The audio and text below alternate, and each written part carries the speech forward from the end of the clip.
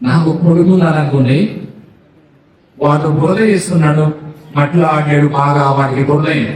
వాడి ఇంట్లోకి అంతే తెచ్చుకుంటానా?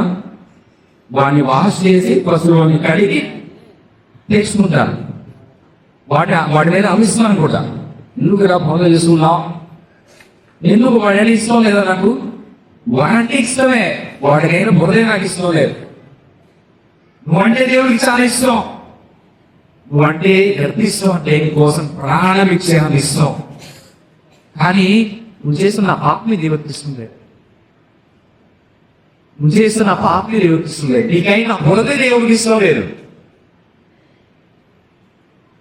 ఈరోజు ఆ బురదని కడుక్కోవడానికి నువ్వు సిద్ధమైనా? ఏ బురద ఉందో నాకంటే మీ లైఫ్లో మీకే తెలుసు. హల్లెలూయా. ఐ వాంట్ టు ప్రొఫెసర్, నేను ప్రవచించాలనుకుంటున్నాను. హల్లెలూయా, హల్లెలూయా. 2014లో తిమ్మాపురంలో ఒక గొప్ప రివైవల్ వచ్చింది. అనేక మంది యవనస్తులు రక్షించబడ్డారు. దేవుని ఆత్మ వచ్చి నేను ప్రేరేపించబడి ప్రవచిస్తున్నాను ఈ మాట. ఈ తిమ్మాపురంలో వచ్చిన ఆ రివైవల్లో చాలా మంది యవనస్తులు రక్షించబడ్డారు, కానీ అందరూ చెరగొట్టబడ్డారు. యెరూషలేములో దేవుని ఆత్మ చేత నింపబడిన తర్వాత ఒక గొప్ప రివైవల్ యెరూషలేములో వచ్చింది. కానీ స్టెఫెన్ మరణం ద్వారా అందరూ చెదిరిపోయారు. స్టెఫెన్ మరణం ద్వారా అందరూ యెరూషలేములో ఉన్న వాళ్ళందరూ చెరగొట్టబడ్డారు. ఈరోజు ఆ రివైవల్ చెరగొట్టబడింది.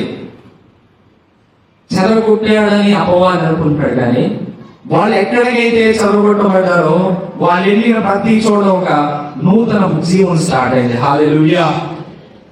ఈరోజు ఇక్కడ ఈ సంఘం నుంచి అనేక మంది సేవకులు లేకపోతున్నారు. హల్లెలూయా. నేను ప్రవచిస్తున్నాను, నజరేయుడైన యేసుక్రీస్తు నామములో నేను ప్రవచిస్తున్నాను, ఈ సంఘం నుంచి దేవుడు ప్రపంచాన్ని కొంతమంది పేరు పక్కన ఇంటర్నేషనల్ స్పీకర్స్ అని రాబోతున్నాయి. హల్లెలూయా. మీరు నమ్మినా నమ్మకపోయినా కొంతమంది చాలా చోట్లకి దేవుడు తీసుకువెళ్ళి కొంతమంది వాడుకోబోతున్నాడు ఈ సంఘంలో నుంచి లేపే. హల్లెలూయా. నేను ప్రవచిస్తామని యేసు నామములో ఇది జరిగి ఉంటుంది.